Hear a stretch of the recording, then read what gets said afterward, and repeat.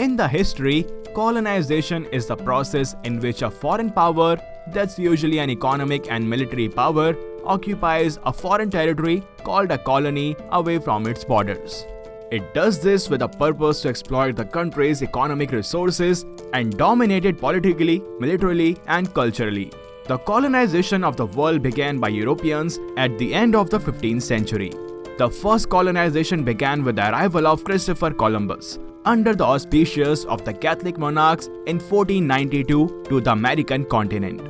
Between the 16th and 20th centuries, European powers tried to control the rest of the world and all the wealth it had. They were successful in controlling large parts of America, Africa, Australia, and Asia. However, there were a few countries that were able to avoid colonization by the Western colonization giants. And in this video, we will talk about 12 such countries. But before we proceed, it'd be really nice if you subscribe to our channel and press the notification bell so that you don't miss out on our future updates. Okay, starting with number 12, Tonga. It was in the year 1900 that Tonga became a British protectorate but still remained under full control.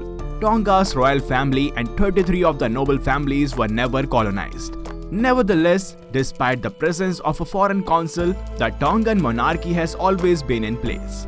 In 1970, the country gained its independence and became part of the Commonwealth, a political association of 54 member states, almost all of which are former territories of the British Empire. Number 11. Saudi Arabia. Saudi Arabia has been primarily ruled by tribal leaders from throughout the region. In the 16th century, the Ottoman Empire gained control of the majority of Saudi Arabia and remained in power until 1918. During this empire, the Saudi royal family began fighting for control of the country. This political movement coincided with World War I when British were fighting against the Ottoman Empire. In order to weaken the empire, Britain provided support for a pan-Arab revolt. At the end of the war, the empire lost control of Saudi Arabia, leaving behind a united Arab state. Number 10. Iran. Both British and Russian forces were interested in controlling present-day Iran. Russia was successful in capturing some of the northern areas of the empire in the 19th century. Likewise, British forces gained power in the eastern region of the Persian Empire, near present-day Pakistan. During this time, the vast majority of Iran was under the rule of the Qajar dynasty, which had borrowed money from the European banks. Unable to repay, the British and Russian governments came to an agreement that they would control and share Persian revenues from various revenues. While the Persian Empire never agreed to this condition, it did prevent the country from being officially colonized. Number 9. Japan. Japan is another country that was able to resist European colonization. Instead, its government established a strong influential presence in Taiwan, Korea, and South Sakhalin. The government was aware of the threat of Western invasion, and in response, it initiated the Meiji Restoration of 1868. This social and political reform readied the country to successfully defeat King China during the First Sino-Japanese War. When Russia later attempted to invade, Japanese forces were ready and won the Russo-Japanese War of 1905. During World War II, the country took advantage to annex Korea and Manchuria, becoming a colonial power as well. Number 8. Korea. Rather than they fall under the European control, Korea was ruled by Asian powers.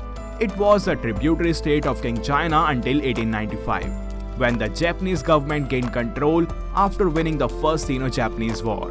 Japan formally colonized Korea in 1910, foreclosing that option for the European powers.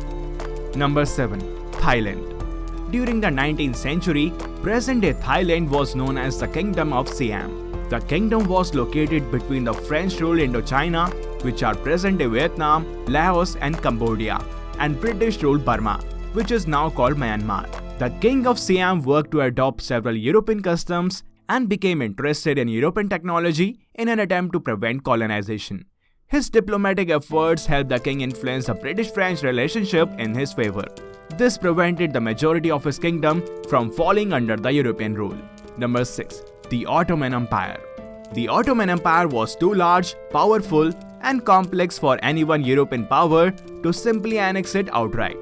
However, during the late 19th and early 20th centuries, the European powers peeled off its territories in Northern Africa and Southeast Europe by seizing them directly or by encouraging and supplying local independence movements.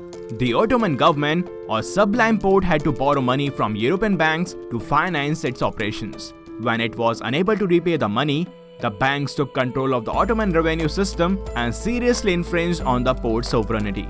Foreign interests also invested heavily in railroad, port, and infrastructure projects, giving them even more power within the tottering empire. The Ottoman Empire remained self-governing until it fell after World War I. But foreign banks and investors wielded an inordinate amount of power there. Number 5. China. During the European attempt to control the world, the Chinese Empire was an extremely large force. It's often compared to the Ottoman Empire. Its size worked to its favor and made it an elusive target for colonization. British and France, rather than gain colonial rule, were able to gain some power over China through its imports and exports. Their status as favored nations grew during the First and Second Opium Wars from 1839 to 1842 and from 1856 to 1860. Seeing the benefit of being a favored nation, the US, Russia, and Italy wanted the same status. Rather than being colonized, the coastal areas of China were divided among Western powers, causing the Qing dynasty to lose some, but not all of its control. Number 4. Afghanistan. Afghanistan, like the Persian Empire, caught the attention of both Great Britain and Russian forces. Being aware of this intention helped the Afghan military conquer the British army in the First Anglo-Afghan War of 1839.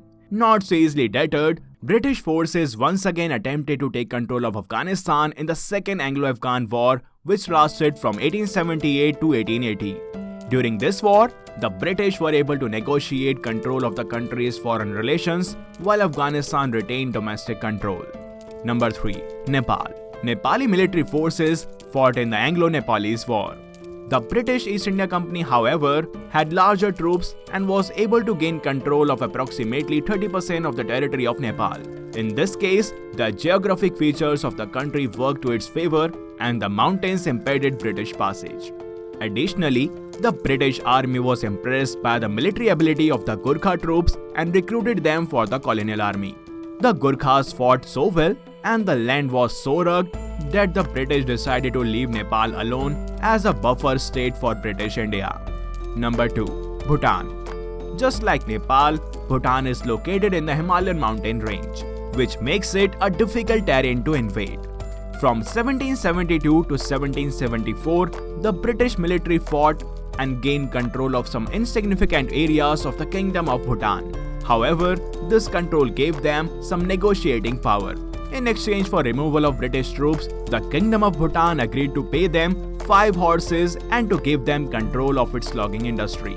Despite this arrangement, the two countries were in constant border disagreements until the year 1947, when India gained its independence and British forces withdrew from the area.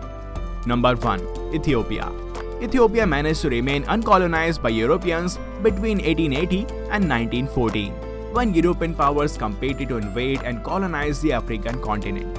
By the end of the invasion period, roughly 90% of Africa got colonized by European nations. King Theodosius wrote a correspondence to Queen Victoria of England, who never responded. Angered, King Theodosius imprisoned several British subjects in 1868 and refused to release them. Later, British forces invaded in a failed attempt to overthrow the king. In the year 1888, Italian forces arrived but negotiated with Ethiopia, only taking over Eritrea. Ethiopia managed to defeat the Italian army in the First Italo-Ethiopian War of 1896. In 1935, Italian forces under Mussolini again invaded and this time occupied Ethiopia and overthrew Emperor Haile Selassie. Emperor Selassie regained control at the end of the World War II in 1941 and annexed the Italian colony of Eritrea in 1943.